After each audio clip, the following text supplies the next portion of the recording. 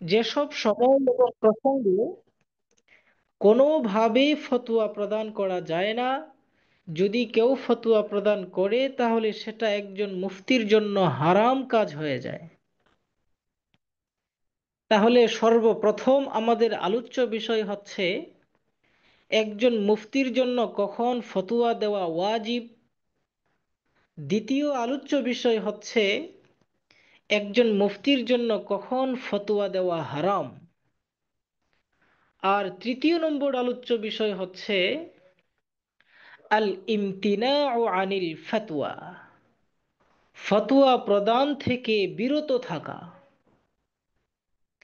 কিছু পরিস্থিতি এমন আছে যেই সমস্ত পরিস্থিতিতে একজন মুফতির জন্য স্বাভাবিকভাবে হোক অথবা হিকমা অবলম্বন করে হোক ফতোয়া প্রদান করা থেকে বিরত থাকতে হয়। নয়টা পরিস্থিতি, নয়টা সময় কিংবা নয়টা জায়গা উল্লেখ করে দেওয়া হবে, যেই নয়টা পরিস্থিতির মধ্যে ফতোয়া প্রদান করা থেকে বিরত থাকতে হবে। তাহলে এই তিনটে আলোচ্য বিষয়ের মধ্য থেকে সর্বপ্রথম আমরা আলোচনার দিকে যাচ্ছি। আমাদের সর্বপ্রথম আলোচ্য বিষয় হচ্ছে মাতা ইয়াজিবুল ইফতা, ফতোয়া প্রদান করা কখন হচ্ছে ওয়াজিব, একজন মুফতির জন্য আবশ্যক। তিনি ফতোয়া না দিয়ে চুপ করে থাকার কোনো সুযোগ নেই, ফতোয়া মুফতি সাহেবকে দিতেই হবে। তো এরকম আলোচনার মধ্যে আমরা ইবারতের দিকে খেয়াল করি। আল আসলু ফিল ইফতাই আন্নাহু ফারজুন কিফায়াতুন। বেড়ার আবার হোল্ডিং এর দোকানে যে করেছে না তুমি? আল আসলু ফিল ইফতাই, ফতোয়া প্রদানের ক্ষেত্রে মূলনীতি হচ্ছে আন্নাহু ফারজুন কিফায়াতুন, এইটা হচ্ছে মূলত ফরজে কিফায়া। অর্থাৎ ফতোয়া প্রদান করা এটা হচ্ছে স্বাভাবিকভাবে ফরজে কিফায়া। এই ফরজে কিফায়াও আবার সবার জন্য নয়। আলা মুফতিন মুআহহালিন, একজন যোগ্য মুফতির উপরে। আমরা ইতিপূর্বে কিতাবের শুরুতে আমরা পড়েছি যে একজন মুফতি, উনি মুফতি হিসেবে কখন বিবেচিত হবেন, ওনাকে যোগ্য মুফতি হিসেবে কখন ধর্তব্য করা হবে, আমরা এরকম আলোচনা কিতাবের শুরুতে পড়েছি।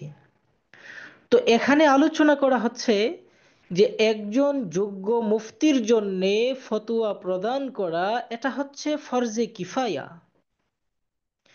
ইদা উজিদা আদাদুম মিনাল মুআহহিলিন, যখন এরকম যোগ্য মুফতি একাধিক থাকবে। কথার কথা, কোনো এলাকা অথবা কোনো অঞ্চলে যদি যোগ্য মুফতি একাধিক থাকেন তাহলে সেক্ষেত্রে প্রত্যেকের উপরে ফতোয়া প্রদান করা ফরজে কিফায়া। ফাইন কমা বিহি বাযুহুম, এই এলাকার মধ্যে কোনো মুফতি সাহেব যদি ফতোয়া প্রদান করে দেন সাকাতা আনিল বাকিন, তাহলে অন্যান্য মুফতিয়ানে কেরামের উপর থেকে এই ফরজে কিফায়ার যে হুকুম সেটি আদায় হয়ে যায়। যেমনটা আমরা জানাজার নামাজের ক্ষেত্রে আমরা জানি যে একজন মানুষ যদি মারা যায় তাহলে তার আশপাশে সকলের উপর, সকল মানুষের উপর এটা ফরজে কিফায়া হয়ে যায়। কিন্তু আশপাশের মানুষ যদি তার জানাজার নামাজে শরিক হয়ে দাফন কাফন সম্পন্ন করে ফেলে তাহলে সকল মানুষের উপর থেকে এই ফরজে কিফায়া আদায় হয়ে যায়। তো ঠিক তদ্রূপভাবে কোনো এলাকায় কোনো অঞ্চলে যদি একাধিক মুফতি সাহেবান থাকেন তাহলে সেক্ষেত্রে একজন মুফতি সাহেব ফতোয়া প্রদান করার দ্বারা অন্যান্য মুফতিয়ানে কেরামের উপর থেকে এই হুকুমটা আদায় হয়ে যায়। তো এটা হচ্ছে যেই এলাকার মধ্যে মুফতি সাহেব একাধিক আছেন। এখন নতুন কথা বলতেছেন, একটু খেয়াল করেন সবাই। ওয়াকুনু ফারজু আইনিন ফিল আহওয়ালিল আতিয়াতি, কিন্তু কিছু পরিস্থিতি, কিছু অবস্থা এমন আছে যেই অবস্থাগুলোর মধ্যে ফতোয়া প্রদান করা ফরজ আইন হয়ে যায়। ওয়াকুনু ফরজু আইনিন, এবং ফতোয়া প্রদান করাটা এটা ফরজে আইন হয়ে যায় ফিল আহওয়ালিল আতিয়াতি, নিম্নুক্ত অবস্থাগুলোর মধ্যে। নিচে যে অবস্থাগুলো বর্ণনা করা হচ্ছে সেই অবস্থাগুলোর মধ্যে ফতোয়া প্রদান করা ওয়াজিব। শুধু ওয়াজিব না, এটা ফরজে আইন। আল আউয়ালু, এক নম্বর হচ্ছে ইদা ইস্তাফতা ফি মাকানিন লা ইউজাদু ফিহি মুআহহালুন গায়রুহু। ইজা ইস্তাফতা ফি মাকানিন, কোনো মুফতি সাহেবকে যখন এমন কোনো জায়গাতে ফতোয়া জিজ্ঞাসা করা হবে, লা ইউজাদু ফিহি মুআহহালুন গায়রুহু, যেখানে উনি ছাড়া আর অন্য কোনো যোগ্য মুফতি নাই।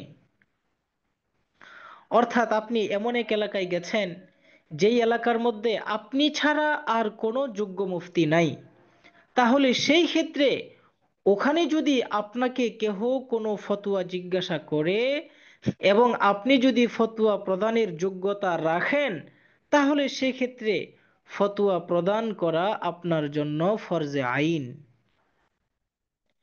ইবারতটা আরেকটু খেয়াল করি। ইজা ইস্তাফতা ফি মাকানিন, যখন কেউ ফতোয়া জিজ্ঞাসা করে এমন জায়গার মধ্যে লা ইউজাদু ফিহি মুআহহালুন গায়রুহু, যেখানে অন্য কোনো যোগ্য মুফতি পাওয়া যায় না, গায়রুহু, তাকে ছাড়া, অর্থাৎ মনে করেন আপনাকে ছাড়া। ওয়াহুয়া ইয়ারিফুল হুকমা, আর যাকে জিজ্ঞাসা করা হয়েছে সে ওই হুকুম সম্পর্কে অবগত, সে ওই হুকুম জানে, ফতোয়া প্রদান করার যোগ্যতা তার আছে, তাহলে সেক্ষেত্রে ফতোয়া প্রদান করা এটা ওই মুফতির জন্য ফরজে আইন হয়ে যায়। তাহলে এক নম্বরে আমরা জানতে পারলাম যে স্বাভাবিকভাবে ফতোয়া প্রদান করা এটা ফরজে কিফায়া। কিন্তু যদি কোনো অঞ্চল এমন হয় যেখানে একজন মাত্র মুফতি আছেন, উনি ছাড়া আর কোনো যোগ্য মুফতি নাই, তাহলে সেই ক্ষেত্রে ওই মুফতির কাছে ফতোয়া জিজ্ঞাসা করলে ওই মুফতি যদি এই সম্পর্কে জ্ঞান রাখেন, তাহলে তার জন্য ফতোয়া প্রদান করা এটা ফরজে আইন।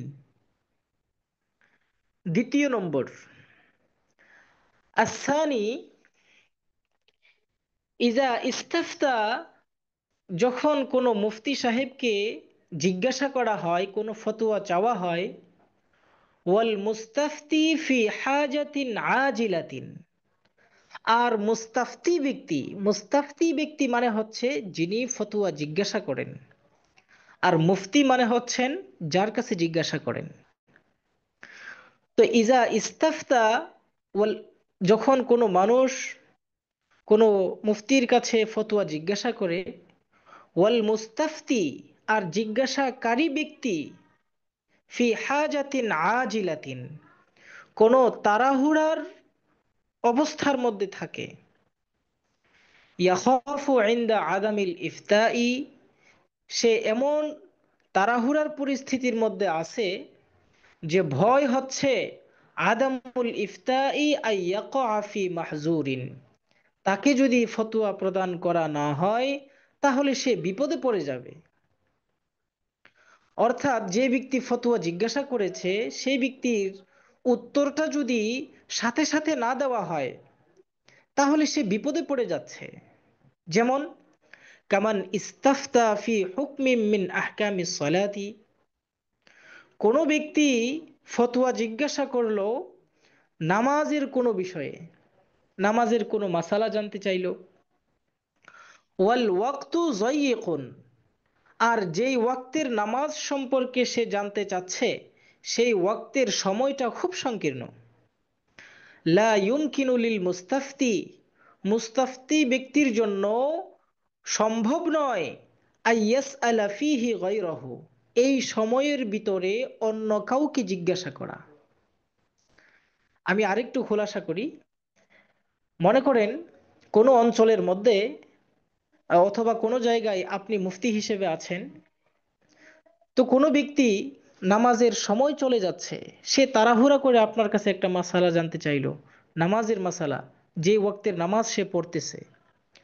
এখন তাকে যদি আপনি ফতোয়া না দেন, তাহলে সেক্ষেত্রে তার এই ওয়াক্ত ছুটে যাবে, তার নামাজটা কাজা হয়ে যাবে, সে বিপদে পড়ে যাবে। তাহলে এমন পরিস্থিতিতে আপনি যদি ফতোয়া প্রদান করার যোগ্য হন, আপনি যদি ওই ফতোয়া আপনার জানা থাকে, তাহলে আপনার জন্য ফতোয়া প্রদান করা ফরজে আইন।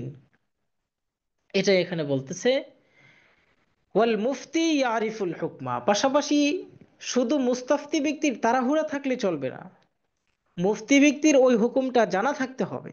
ওয়াল মুফতি ইয়ারিফুল হুকমা, ওই মুফতি ব্যক্তি ওই হুকুমটাকে ভালোভাবে জানেন।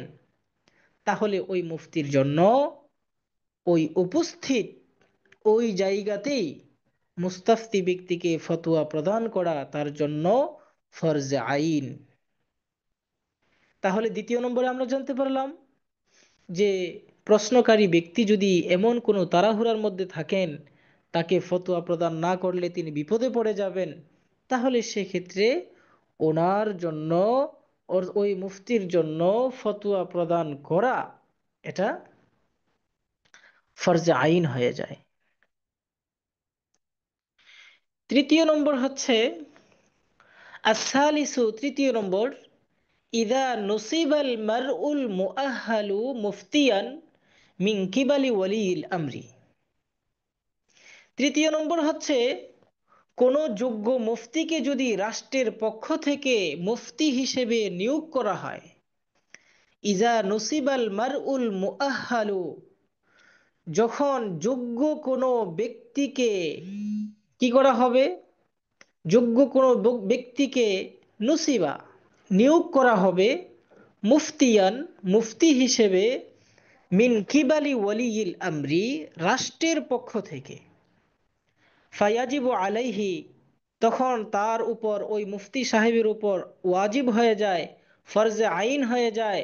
ফায়াজিবু আলাইহি আইনান, ওই মুফতি সাহেবের উপর ফরজে আইন হয়ে যায় আইয়াকুমা বিল ইফতাই, ফতোয়া প্রদান করা। অর্থাৎ মনে করেন ইসলামিক কোনো রাষ্ট্রে একজন যোগ্য মুফতিকে রাষ্ট্রের পক্ষ থেকে মুফতি হিসেবে, কাজী হিসেবে নিয়োগ করা হলো, তাহলে ওই মুফতির জন্য ফতোয়া প্রদান করা ফরজে আইন। সে যদি টালবাহানা করে, সে যদি ফতোয়া না দেয়, এটা তার শরীয়তে সুযোগ নেই। তাহলে এরপরে দেখি, قال النووي رحمه الله تعالى, ইমাম নববী রহিমাহুল্লাহ উনি বলেছেন, ইফতাউল মুস্তাফতিনা ফরজুন কিফায়াতুন, প্রশ্নকারী ব্যক্তিদের প্রশ্নের উত্তর দেওয়া, ফতোয়া প্রদান করা, এটা ফরজে কিফায়া। ফাইন লাম ইয়াকুন হুনাকা, ফাইন লাম ইয়াকুন হুনাকা মাই ইয়াসলুহু ইল্লা ওয়াহিদুন, কিন্তু ওই জায়গার মধ্যে যদি একজন ব্যক্তি থাকে, ওই ব্যক্তি ছাড়া আর কোনো যোগ্য মুফতি না থাকে, তাআইয়ানা আলাইহি, তাহলে সেটা উনি নির্ধারণ হয়ে যান, অর্থাৎ উনাকেই ফতোয়া প্রদান করা ফরজে আইন। অর্থাৎ এখানে কিন্তু সর্বপ্রথম যে বিষয়টা ক্লিয়ার করেছে সেটি হচ্ছে, কোনো অঞ্চলে একাধিক মুফতি থাকলে তাহলে সবার জন্য ফতোয়া প্রদান করা ফরজে কিফায়া। কিন্তু যদি কোনো অঞ্চলে যোগ্য মুফতি থাকেনি মাত্র একজন, তাহলে উনি নির্ধারিত হয়ে যান, ওনার জন্য ফতোয়া প্রদান করা ফরজে কিফায়া না। ওনাকে জিজ্ঞাসা করলে প্রত্যেকটা ফতোয়া প্রদান করা ওনার জন্য ফরজে আইন। তাহলে আমরা এখানে তিনটা পরিস্থিতি সম্পর্কে জানতে পারলাম, যেই তিনটা পরিস্থিতিতে ফতোয়া প্রদান করা ফরজে আইন, ফতোয়া প্রদান করতেই হবে। এক নম্বর ছিল যে কোনো ব্যক্তি যদি এমন জায়গাতে প্রশ্ন করে যেই জায়গার মধ্যে যোগ্য আর কোনো মুফতি নাই, এবং আপনারও ওই বিষয়ে জানা আছে, তাহলে তাকে ওই মাসালার সমাধান দেওয়া, ফতোয়া প্রদান করা আপনার জন্য ফরজে আইন। দ্বিতীয় নম্বর হচ্ছে, মুস্তাফতি ব্যক্তি যদি এমন কোনো তাড়াহুড়ার মধ্যে থাকেন যে ওনাকে ফতোয়া প্রদান না করলে ওই ব্যক্তি বিপদে পড়ে যাবে, তাহলে সেই ক্ষেত্রে আপনি যদি যোগ্য হন, আপনার যদি ওই মাসআলা জানা থাকে, আপনার জন্যও ফতোয়া প্রদান করা ফরজে আইন। তৃতীয় নম্বর হচ্ছে, যখন কোনো যোগ্য মুফতিকে রাষ্ট্রের পক্ষ থেকে মুফতি হিসেবে নিয়োগ করা হবে, কাজী হিসেবে নিয়োগ করা হবে, তখন ওই মুফতির উপরেও ফতোয়া প্রদান করা ফরজে আইন। তাহলে এটা ছিল আমাদের প্রথম শিরোনাম, যে মাতা ইয়াজিবুল ইফতা, ফতোয়া প্রদান করা কখন ওয়াজিব, অর্থাৎ কখন আবশ্যক, ফরজে কিফায়, ফরজে আইন হয়ে যায়। আমরা তিনটা পরিস্থিতি সম্পর্কে জানতে পারলাম, যেই তিনটা পরিস্থিতির মধ্যে ফতোয়া প্রদান করা ফরজে আইন। এখন আসি আমরা দ্বিতীয় শিরোনামের মধ্যে। আমাদের দ্বিতীয় শিরোনাম হচ্ছে মাতা ইয়াহরুমুল ইফতা, ফতোয়া প্রদান করা কখন হারাম। দেখেন, ফতোয়া প্রদান করা এটা কত গুরুত্বপূর্ণ কাজ, কত সওয়াবেরও কাজ, আহলে ইলমের কাজ। কিন্তু কিছু পরিস্থিতি এমন আছে, যেই পরিস্থিতিতে এই ফতোয়া প্রদান করাটাও হারাম হয়ে যায়। তো এখানে ইবারতের দিকে আমরা খেয়াল করি। قد ذكرنا فيما سبق شروط المفتي। মুসান্নিফ আলাইহির রহমা বলতেছেন, কদ জাকারনা, আমরা উল্লেখ করেছি, ফিমা সাবাকা, ইতিপূর্বে, শুরুত আল মুফতি, মুফতির শর্ত শারাইত আমরা ইতিপূর্বে উল্লেখ করেছি। অর্থাৎ ফতোয়া দেওয়ার জন্যে কি কি শর্ত লাগবে, একজন মুফতি হওয়ার জন্য কি কি শর্ত লাগবে, এই শর্তগুলো আমরা পূর্বেই উল্লেখ করেছি। ওয়ান্নাহু লা ইয়াজুজুল ইকদামু আলাল ইফতাই ইল্লা লিমান ইস্তাজমা হাদিহি শুরুত। আন্নাহু লা ইয়াজুজুল ইকদাম আলাল ইফতাই, ফতোয়া প্রদান করা এটা কোনো ক্রমেই জায়েজ হবে না, ইল্লা লিমান ইস্তাজমা হাদিহি শুরুত, তবে ওই ব্যক্তির জন্য ফতোয়া প্রদান করাটা জায়েজ হবে যে ব্যক্তির মধ্যে এই শর্তগুলো পাওয়া যাবে। অর্থাৎ কিতাবের শুরুতে আমরা ইতিপূর্বে আলোচনা করেছি, একজন মুফতির জন্য কি কি শর্ত। তার কোরআন ও হাদিসের জ্ঞান লাগবে, আরবি ভাষার জ্ঞান লাগবে, গভীরতা বোঝার মতো যোগ্যতা লাগবে, এবং এই উরুফ সম্পর্কে ধারণা লাগবে। তো এই যে শর্তগুলো আমরা আলোচনা করেছি, সেই শর্তগুলো তো একজন মুফতির জন্য অবশ্যই দরকার ফতোয়া প্রদান করার জন্য। ওয়াসারা মুআহহালান লিযালিকা, ওই শর্তগুলো যদি পাওয়া যায় তাহলে তিনি একজন প্রকৃতপক্ষে মুফতি। ওয়াসারা মুআহহালান লিযালিকা, তিনি ফতোয়া প্রদান করার মতো যোগ্যতা অর্জন করেন, উনি যোগ্য হয়ে যান। তো এখন আলোচনা হচ্ছে, সুম্মা ইন্নাল মুফতি আল মুআহহাল আইযান লা ইয়াজুজু লাহুল ইফতা ফিল আহওয়ালিল আতিয়াতি, একজন যোগ্য মুফতির জন্যও কিছু পরিস্থিতি এমন আছে যেই পরিস্থিতিতে ফতোয়া প্রদান করা জায়েজ নাই, ফতোয়া প্রদান করা হারাম। তো তিনি বলে দিচ্ছেন যে একজন মুফতির জন্য কি কি শর্ত লাগবে এই বিষয়ে কিন্তু এখানে আলোচনা নাই। একজন যোগ্য মুফতির জন্য কি কি শর্ত, এগুলো তো কিতাবের শুরুতে আছে।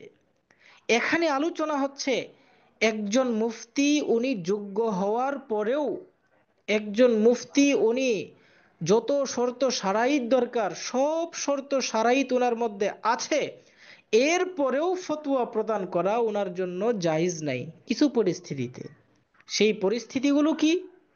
এক নম্বর, আল আউয়ালু ইযা কানাল মুফতি আহলান লিল ইফতাই বিওয়াজহিন আমিন, প্রথমত হচ্ছে, একজন মুফতি যখন উনি ব্যাপকভাবে আম তরিকায় ফতোয়া প্রদান করার যোগ্য হবেন, ওয়ালাকিন্নাহু, কিন্তু লা ইয়ারিফু হুকমাল মাসআলাতি, উনি মাসআলার হুকুম জানেন না, আল মাসউলু আনহা বিখুসুসিহা, ওনাকে যেভাবে প্রাইভেটভাবে জিজ্ঞাসা করা হয়েছে এই ফতুয়াটা, খাসভাবে জিজ্ঞাসা করা হয়েছে এই ফতুয়াটা, তো উনি ওই খাসভাবে ফতুয়া প্রদান করার মতো যোগ্যতা রাখেন না।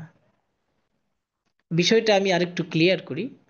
সেটি হচ্ছে যে অনেকে দেখা যায়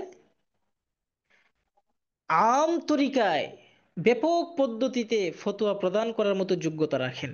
কথার কথা, কেউ নামাজের কোনো মাসাইল সম্পর্কে জিজ্ঞাসা করলো যে আমি নামাজের মধ্যে সেজদা দুইটা দিতে দেওয়া লাগে, আমি এই সেজদা একটা দিয়েছি, তো এই ক্ষেত্রে আমার নামাজ হবে কিনা। তো এটা হচ্ছে একটা আম মাসালা। এই মাসালা আহ, প্রায় অধিকাংশ মুফতিরাই দিতে পারবেন।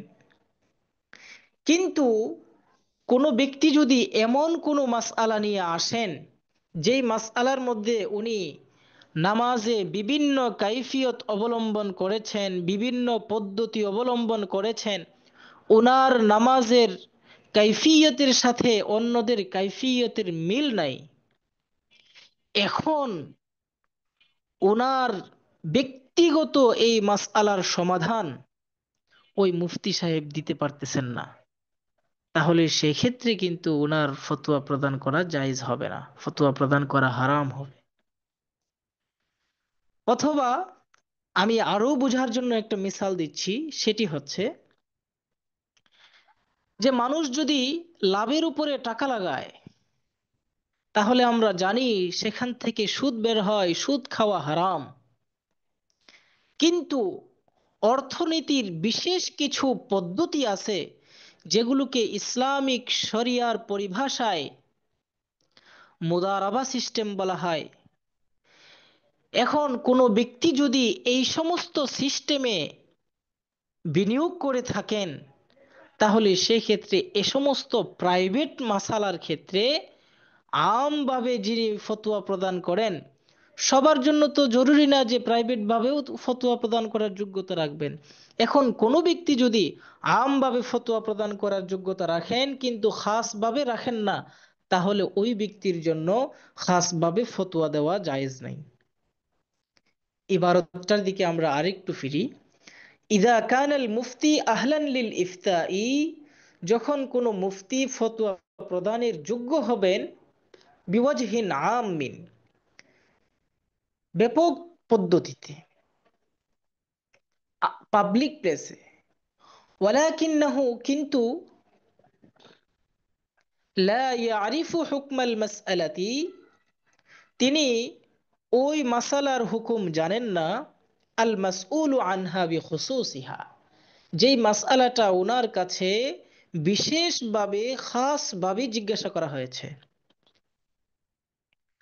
ওয়ালা ইয়াতামাক্কানু মিন ইস্তিমবাতিহি, এবং ইস্তিমবাত করারও উনি যোগ্যতা রাখেন না। আও ইশতাবাহাত আলাইহিল আদিল্লা, অথবা এই মুফতির উপরে আহ, দলিল প্রদান করা, এই মুফতির জন্য আহ, দলিল উপস্থাপন করা ওনার জন্য সন্দেহ লাগতেছে। ওয়ালাম ইয়াতামাক্কান মিনাত তারজিহ, এবং তিনি দুই দলিলের মধ্য থেকে কোনো একটা দলিলকে তারজিহ দেওয়ার মতো যোগ্যতাও রাখেন না, কোনটাকে তিনি অগ্রগণ্য করবেন এটার যোগ্যতাও উনি রাখেন না, তাহলে এই ক্ষেত্রে ওই মুফতির জন্য ফতোয়া প্রদান করা জায়েজ হবে না, এটা হারাম হবে। তাহলে এই এক নম্বরে কি বুঝতে পারলাম? এক নম্বরে বুঝতে পারলাম এটা, কোনো মুফতি যদি ব্যাপক পদ্ধতিতে পাবলিক প্লেসে ফতোয়া দেওয়ার যোগ্যতা রাখেন, কিন্তু কোনো মানুষের বিশেষ মাসআলায়, ব্যক্তিগত সমস্যায় উনি ফতোয়া দেওয়ার যোগ্যতা না রাখেন এবং ইস্তিমবাদ করার যোগ্যতা না রাখেন, দলিল পেশ করার মতো যোগ্যতা না রাখেন, তাহলে ওনার জন্য ফতোয়া প্রদান করা জায়েজ হবে না। দ্বিতীয় নম্বর, আসানি ইদা কানাল ইফতাউ বিহাওয়া ওয়া মাইলিন মাআল মুস্তাফতি। ফতোয়া প্রদান করাটা এটা যখন খাহেসাতে নফসানির কোনো সামঞ্জস্য থাকবে মাআল মুস্তাফতি, মুস্তাফতির সাথে। কেমন ধরনের? বিহাইসু ইয়াগলিবু জান্না, বিহাইসু এমন ভাবে যে, ইয়াগলিবু জান্না জন্নে গালিব হচ্ছে, প্রবল ধারণা হচ্ছে, আন্নাহু ইয়াতাহাওয়ানু ওয়া ইউদাহিনু মাআহু, এই মুস্তাফতি ব্যক্তির ফতোয়া যদি এই মুফতি প্রদান করে, তাহলে মুস্তাফতি ব্যক্তির ফতোয়া প্রদান করতে গিয়ে ইয়াতাহাওয়ানু, উনি নরম হয়ে যেতে পারেন, ওয়া ইউদাহিনু মাআহু, গলে যেতে পারেন। মানে মানে হচ্ছে প্রশ্নকারী ব্যক্তি ওনার এত কাছের মানুষ, এত গুরুত্বপূর্ণ মানুষ, যে ওই প্রশ্নকারী ব্যক্তি যখন প্রশ্ন করবে মুফতি সাহেব ফতোয়া প্রদান করার ক্ষেত্রে, উনি গলে যেতে পারেন। মানে নরম দিল এরকম নরম হয়ে যেতে পারে যে শরিয়ার বাহিরে গিয়ে উনি ফতোয়া প্রদান করার মতো জন্নে গালেব হচ্ছে। তাহলে সেই ক্ষেত্রে এহেন পরিস্থিতিতে ওনার জন্য ফতোয়া প্রদান করা জায়েজ হবে না, এটা হারাম হবে।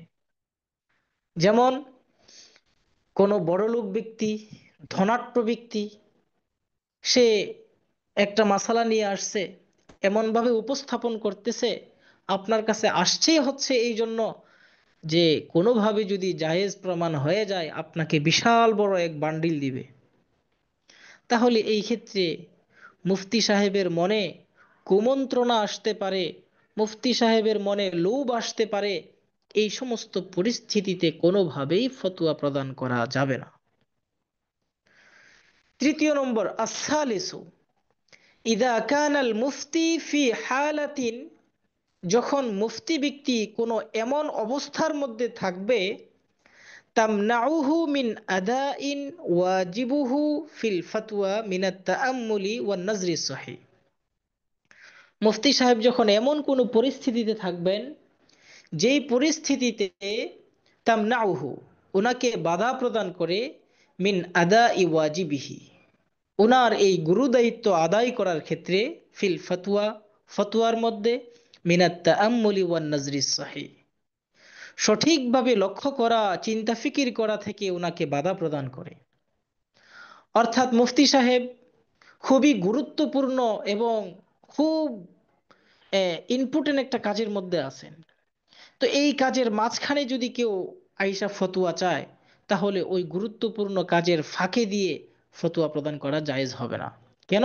কারণ হচ্ছে ওই গুরুত্বপূর্ণ কাজের কারণে এই ফতোয়া প্রদান করতে গিয়ে উনি যথেষ্ট পরিমাণে চিন্তা ফিকির করতে পারতেছেন না এবং সঠিকভাবে এটাকে লক্ষ্য করতে পারতেছেন না।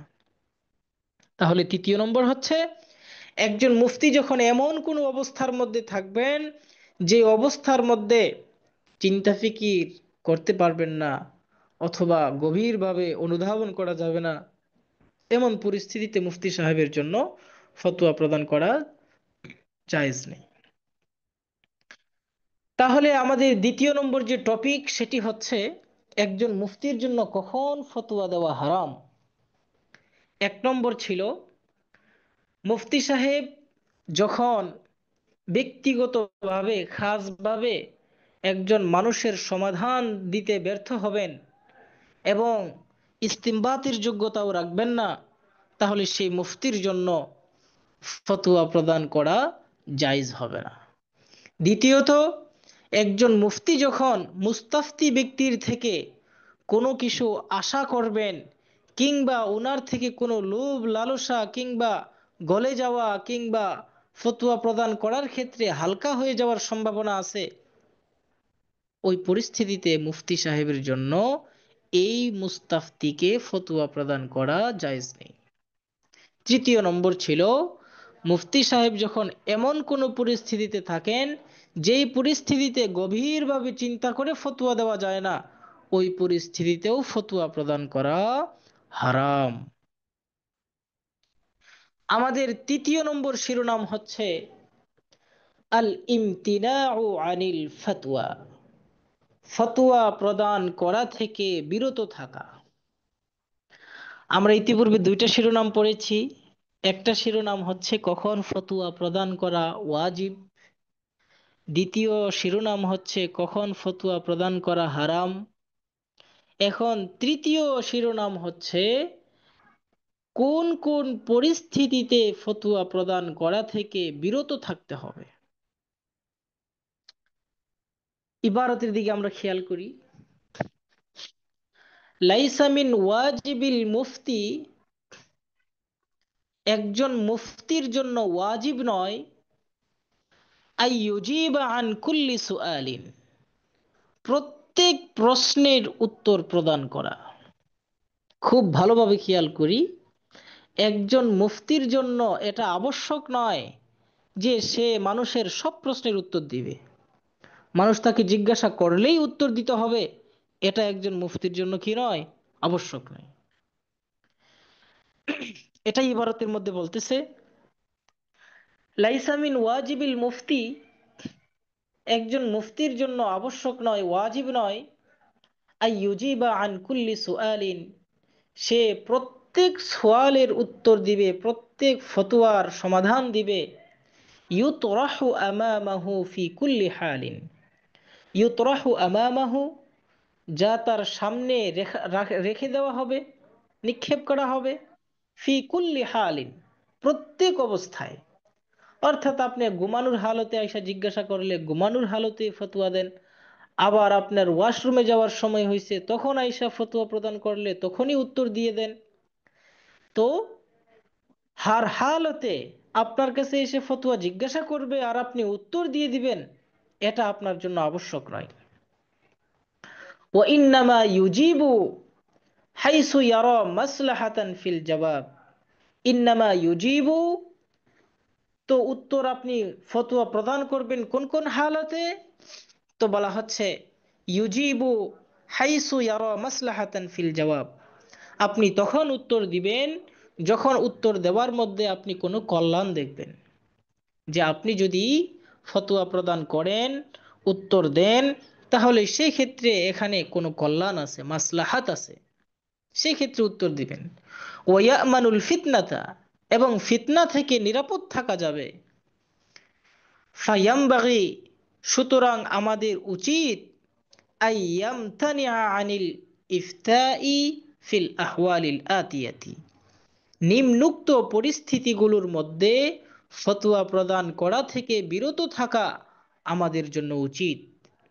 সেই পরিস্থিতিগুলো কি কি? এক নম্বর, আল আউয়ালু, এক নম্বর পরিস্থিতি হচ্ছে ইদা খসিয়াল মুফতি, যখন মুফতি ব্যক্তি ভয় করবেন আন্নাল মুস্তাফতি ইউসিরু ফিতনাতান, যে যে ব্যক্তি আমার কাছে প্রশ্ন জিজ্ঞাসা করতে আসছে, ফতোয়া নিতে আসছে, সে ফিতনা সৃষ্টি করতে পারে বাদাল হুসুলি আলাল জবাব, উত্তর নিয়ে। অর্থাৎ আমার কাছে জিজ্ঞাসা করতে আসছে, আমার কাছে ফতোয়া জিজ্ঞাসা করে সে আমার উত্তরটা নিয়ে ফিতনা সৃষ্টি করবে। আও অথবা আন্নাল ইফতা ফিল মাসআলাতি, এই মাসালার মধ্যে ফতোয়া প্রদান করা ইউআদ্দি ইলা মুফসিদাতিন জাহিরাতিন, বাহ্যিক কোনো ফাসাদ ঘটতে পারে, বাহ্যিকভাবে কোনো হানাহানি হতে পারে, হানাহানির দিকে পৌঁছে যেতে পারে। আও অথবা আন্নাহু ইয়াসরিফুল ফতোয়া ইলা গাইরি ওয়াজহিহা, সে আমার এই ফতোয়াটাকে ভিন্ন কোনো কাজে ব্যবহার করতে পারে। তাহলে এহেন পরিস্থিতিতে ফতোয়া প্রদান করা থেকে একজন মুফতির জন্য বিরত থাকতে হবে। যখন তিনি বুঝতে পারবেন যে সে ফতোয়া আমার কাছ থেকে নিতে আসছে ঠিক, কিন্তু এই ফতোয়াটা নিয়ে সে ফিতনা সৃষ্টি করবে, অথবা ফতোয়া প্রদান করলে পরে তাদের মাঝখানে হানাহানি হতে পারে, খুনাখুন হতে পারে, ফিতনা ফাসাদ বেড়ে যেতে পারে, অথবা সে আমার এই ফতোয়াকে ভিন্ন কোনো কাজে ব্যবহার করতে পারে, তাহলে সেক্ষেত্রে ফতোয়া প্রদান করা থেকে বিরত থাকতে হবে। দ্বিতীয় নম্বর, দ্বিতীয় নম্বর হচ্ছে ইদা কানা সুআলু মিম্মা ইয়ানবাগি আদামুল খাউজি ফিহি। ইদা কানা সুআলু, যখন প্রশ্নটা হবে মিম্মা ইয়ানবাগি আদামুল খাউজি ফিহি, মিম্মা ইয়ানবাগি আদামুল খাউজি ফিহি লিকাউনিহি মিম্মা লা ইয়ানি ওয়া লাইসা হুনাকা নাফউন আমালিয়ুন ফি মা'রিফাতিল জওয়াবি আনহু। বলতেছে ইদা কানা সুআলু মিম্মা ইয়ানবাগি আদামুল খাউজি ফিহি, যখন প্রশ্নটা এমন হবে যে উচিত হচ্ছে সেখানে কোনো গভীরভাবে অনুধাবন না করা। কেন? লিকাউনিহি মিম্মা লা ইয়ানি, এটা হচ্ছে একটা অনর্থক বিষয়। একজন আইসা আপনার কাছে ফতোয়া চাইলো, কিন্তু ফতোয়া চাইলো কি বিষয়ে? একটা অনর্থক বিষয়ে, যেই বিষয়ের মধ্যে গভীরভাবে চিন্তা ফিকির করাও উচিত না। ওয়ালাইসা হুনাকা নাফউন আমালিয়ুন, এবং সেটার মধ্যে কোনো উপকারী আমলও নাই। অর্থাৎ আমলি দিক থেকে, আমল করার দিক থেকে কোনো উপকারও নাই। ফি মারিফাতিল জবাবি আনহু, উত্তর তার জানলে কোনো উপকারও নেই। কিছু এরকম পাবলিক অবশ্য থাকে সব জায়গাতে। অর্থাৎ আপনার কাছে এমন একটা জিনিস জানতে আসবে, যেই জিনিসটা জানলে পরে তার কোনো কি নাই, দুনিয়াবি ফায়দা নাই, আখেরাতের ফায়দা নাই, অনর্থক একটা বিষয়, এটা জানতে আসে। যেমন মনে করেন আপনার কাছে কেউ জানতে আসলো যে হুজুর বিড়ি খাবার দোয়া বলেন। তো এই লোকে বিড়ি খায়ও না, এই লোকে বিড়ি খাওয়ার দোয়া জানতে আসছে। তো এগুলো হচ্ছে অযাচিত বিষয়, ফালতু বিষয়, অনর্থক বিষয়। এই সমস্ত বিষয়ের মধ্যে গভীরভাবে মনোযোগ দেওয়ারও কোনো কিছু নাই, অনুধাবন করারও কোনো কিছু নাই। তো এই সমস্ত বিষয়ে ফতোয়া প্রদান করা থেকে বিরত থাকতে হবে। তৃতীয় নম্বর হচ্ছে আসালিসু ইদা কানাতিল মাসআলাতু মিম্মা লা ইয়াসআউহু আকলুস সাইলি ওয়া ফাহমুহু। তৃতীয়ত, যেই পরিস্থিতিতে মুফতি সাহেবকে ফতোয়া প্রদান করা থেকে বিরত থাকতে হবে সেটি হচ্ছে ইদা কানাতিল মাসআলাতু মিম্মা লা ইয়াসআউহু আকলুস সাইল। মাসআলাটা যদি এমন হয় যেই মাসালার উত্তর প্রশ্নকারী ব্যক্তি সে তার নিজের জেহেনের মধ্যে ক্যাপচার করতে পারবে না, অর্থাৎ ওই ব্যক্তির মাথার মধ্যে এটা ধরবে না। যেমন কোনো ব্যক্তি এই যে সামনে আসতেছে মুতাশাবিহাত জিনিস জিজ্ঞাসা করলো, ইলমে কালামের কোনো বিষয় জিজ্ঞাসা করলো, তো যে পাবলিকের মাথার মধ্যে তো স্বাভাবিক যে মোটা মোটা হুকুম আহকাম এগুলাই ভালো করে তাদের মনে থাকে না। এখন তারা যদি আয়সা আরশে আজিম সম্পর্কে জিজ্ঞাসা করে, ফালাকুল আফলাক সম্পর্কে জিজ্ঞাসা করে, মুতাশাবিহাত সম্পর্কে জিজ্ঞাসা করে, এটা তাদের জেহেন বরদাস্ত করতে পারবে না, বহন করতে পারবে না। তো এরকম বিষয় যদি কেউ জিজ্ঞাসা করে তখনও মুফতি সাহেবকে ফতোয়া প্রদান করা থেকে বিরত থাকতে হবে। ইবারতটা একটু খেয়াল করি। ইদা কানাতিল মাসআলাতু, যখন মাসআলাটা হবে মিম্মা লা ইয়াসাউহু, যেটাকে ধারণ করতে পারবে না, অর্থাৎ ধারণ ক্ষমতা নাই, আকলুস সাইলি, প্রশ্নকারী ব্যক্তির আকল, প্রশ্নকারী ব্যক্তির বুদ্ধি, ওয়া ফাহমুহু, এবং তার বুঝ, প্রশ্নকারী ব্যক্তির জ্ঞান এবং বুঝ, এটাকে সমাধানটাকে বহন করার মতো ধারণ ক্ষমতা তার নাই। ওয়ালা তাতাআল্লাকু বিহা হাজাতুন আমালিয়াতুন লাহু, এবং এর সাথে তার আমলি দিক থেকে কোনো প্রয়োজনও নাই। যেমন মিসলুল মুতাশাবিহাত, কোনো ব্যক্তি যদি আয়সা জিজ্ঞাসা করে, সবাই আশা করি মনোযোগ দিয়ে ধরতেছেন, কোনো ব্যক্তি যদি আয়সা জিজ্ঞাসা করে যে হুজুর সূরা ইয়াসিনের শুরুতে ইয়া এবং সিন, এই যে এটা আছে, এটার অর্থ কি?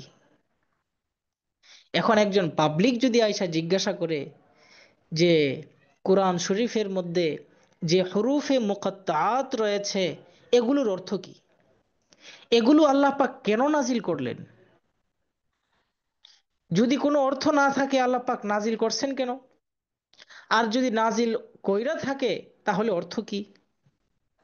তো এই সমস্ত, এই যে মুতাশাবিহাত বিষয়গুলো, এগুলো একজন পাবলিকের যে জেহেন শক্তি রয়েছে, তার জেহেন শক্তি এই সমস্ত বিষয়কে ক্যাপচার করার মতো ধারণ ক্ষমতা তার নাই। সুতরাং এই সমস্ত বিষয়ে প্রশ্ন করলে ফতোয়া প্রদান করা থেকে বিরত থাকতে হবে। এরকম ভাবে আও দাকাইকে ইলমিল কালাম, ইলমে কালাম যে বিষয় রয়েছে, অর্থাৎ আকীদার বিষয়, এই বিষয়ের গভীরতা সম্পর্কেও যদি কেউ জিজ্ঞাসা করে, তাহলে ফতোয়া প্রদান করা থেকে কি থাকতে হবে? বিরত থাকতে হবে। এরপরে হচ্ছে 4 নম্বর, আর রাবিউ, 4 নম্বর হচ্ছে রুবিয়া আন বাদিল ফুকাহাই, কিছু কিছু ফুকাহাই কেরাম থেকে বর্ণিত আছে, আন্নাহুম মানাউ আল মুফতিয়া, যে ওনারা মুফতিয়াই কেরামকে ফতোয়া প্রদান করা থেকে নিষেধ করেছেন, মিন কিসের থেকে? আইয়ুফতিয়া লিন্নাসি, মানুষকে ফতোয়া প্রদান করা থেকে, ফি মাসাইলিন লাম তাকাউ লাহুম, এমন মাসালার ক্ষেত্রে যেটা এখনো বাস্তবে রূপ নেয় নাই। যেমন, যেমন হচ্ছে, এই যে মনে করেন, যুগ যত সামনে যাচ্ছে, যুগ আপডেট হচ্ছে, যুগ জমানা কি হচ্ছে? আপডেট হচ্ছে। এখন যদি কোনো ব্যক্তি জিজ্ঞাসা করে যে হুজুর, সামনের জমানাতে যদি এমন কোনো প্রযুক্তি আসে, সেই প্রযুক্তির মধ্যে আমরা কোরআন শরীফ কিভাবে পড়ব, সেই প্রযুক্তি দিয়া ইসলামকে এর সাথে কিভাবে আমরা সমন্বয় করব, তো এগুলো হচ্ছে অকল্পনীয়, কল্পনীয় বিষয়। কল্পনা, এটা কল্পনার মধ্যেই সুন্দর। এই কল্পনার জগতের বিষয় নিয়ে ফতোয়া প্রদান করা যাবে না।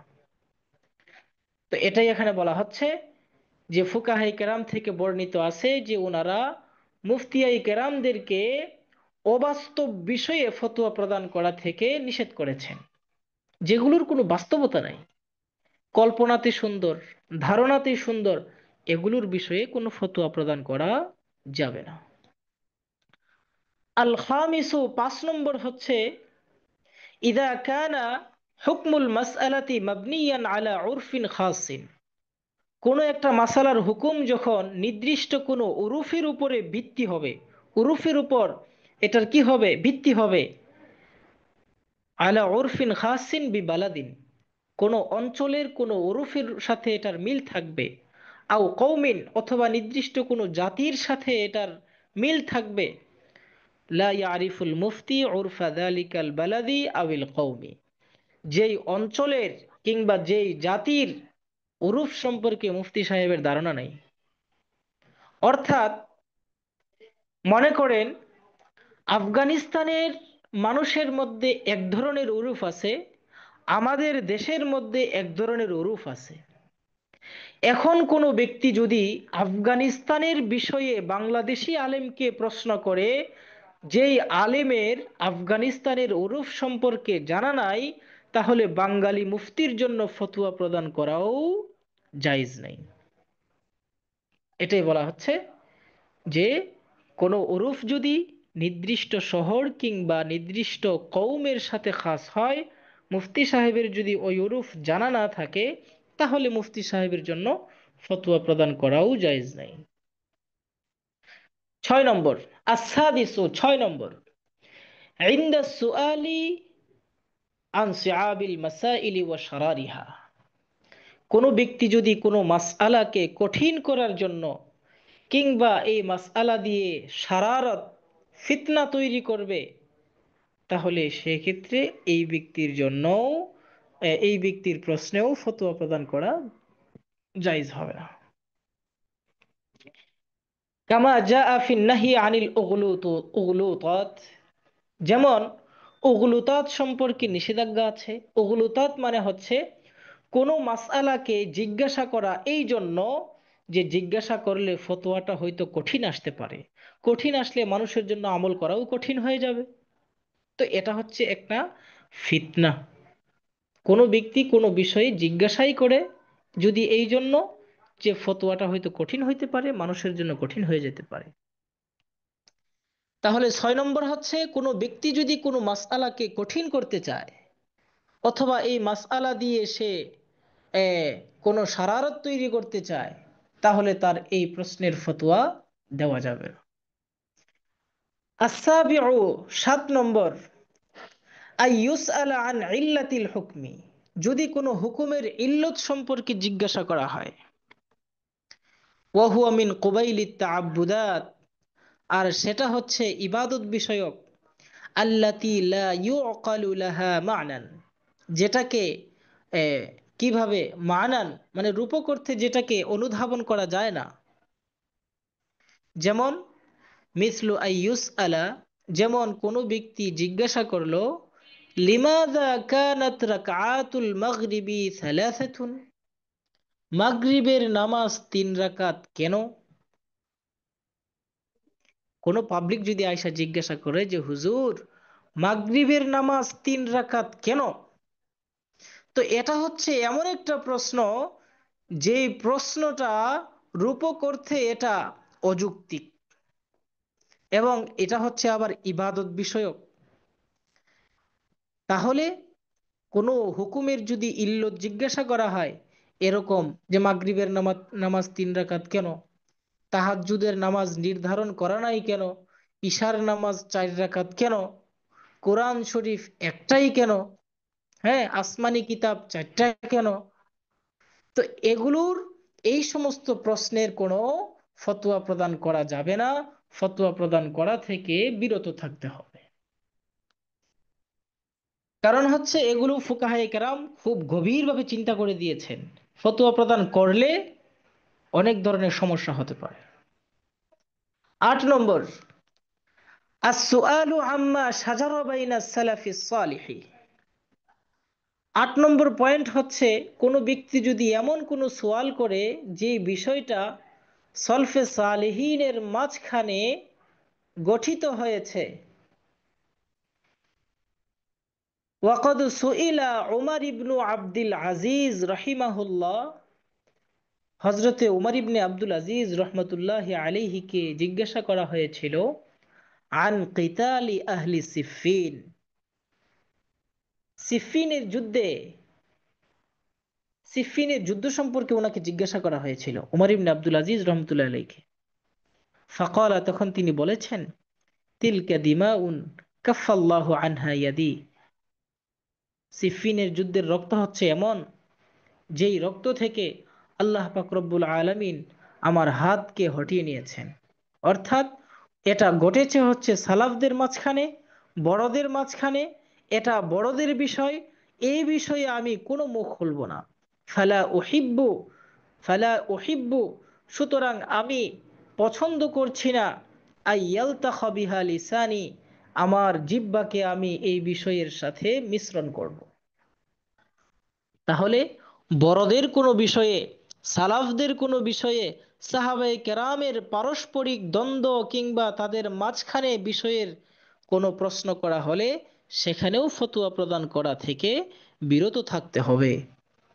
9 নম্বর পয়েন্ট হচ্ছে, ইনদা সুআলি তাআন্নুতি ওয়াল ইফহামি ওয়া তালাবুল গালাবাতি ফিল খিসামি, ইনদা সুআলি তাআন্নুতি, যখন কোনো ব্যক্তি শত্রুতাবশত কি করবে, প্রশ্ন করবে, ওয়াল ইফহাম, আটকানোর জন্য প্রশ্ন করবে, ওয়া তালাবুল গালাবাতি ফিল খিসাম, ঝগড়াঝাটি করার জন্য ফতোয়া চাইবে, এমন কিছু পাবলিকেরও বিদ্যমান আছে, এমন কিছু পাবলিকও দুনিয়াতে আছে যারা আলেম ওলামাদেরকে মাসালা জিজ্ঞাসা করে হচ্ছে আলেম ওলামাদের সাথে একটু তর্ক করার জন্য, যে হুজুরে যদি জায়েজ ফতোয়া দেয় আমি ওই বিষয়টা তুলে ধরবো, আর হুজুরে যদি নাজায়েজ ফতোয়া দেয় আমি ওই বিষয়টা তুলে ধরবো।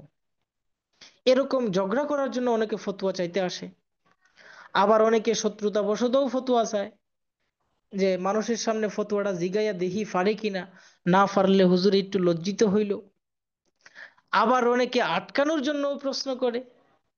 তো এই সমস্ত যদি আপনি তাকদিম তাখির দ্বারা বুঝে ফেলেন, পরিস্থিতির দ্বারা বুঝে ফেলেন যে সে শত্রুতা বশত আটকানোর জন্য অথবা ঝগড়াঝাটি করার জন্য ফতোয়া চাইতেছে, তাহলে সেক্ষেত্রে তার ফতোয়া প্রদান করা থেকে বিরত থাকতে হবে।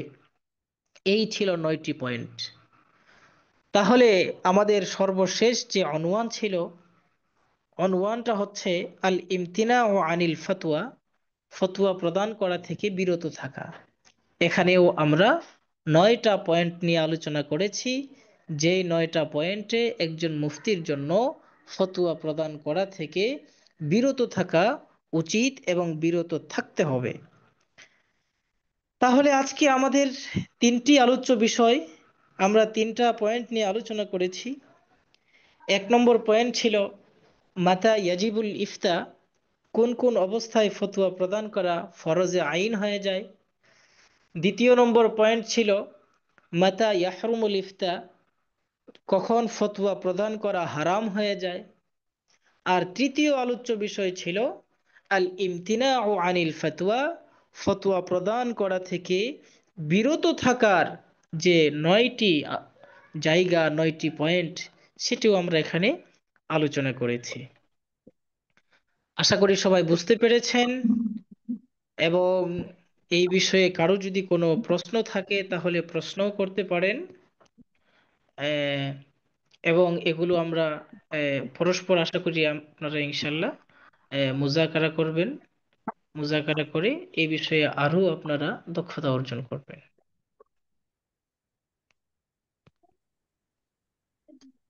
এই বিষয়ে কারো কোনো প্রশ্ন আছে কিনা? প্রশ্ন থাকলে প্রশ্ন করতে পারেন। ফতুয়া ছাড়া সুগার করা কি একটি না? জি। মানে কোনো ফতুয়া ছাওয়া একটা হচ্ছে সুগার করা কোনো বিষয়, এই দুটোকে সমান নাকি একটি না?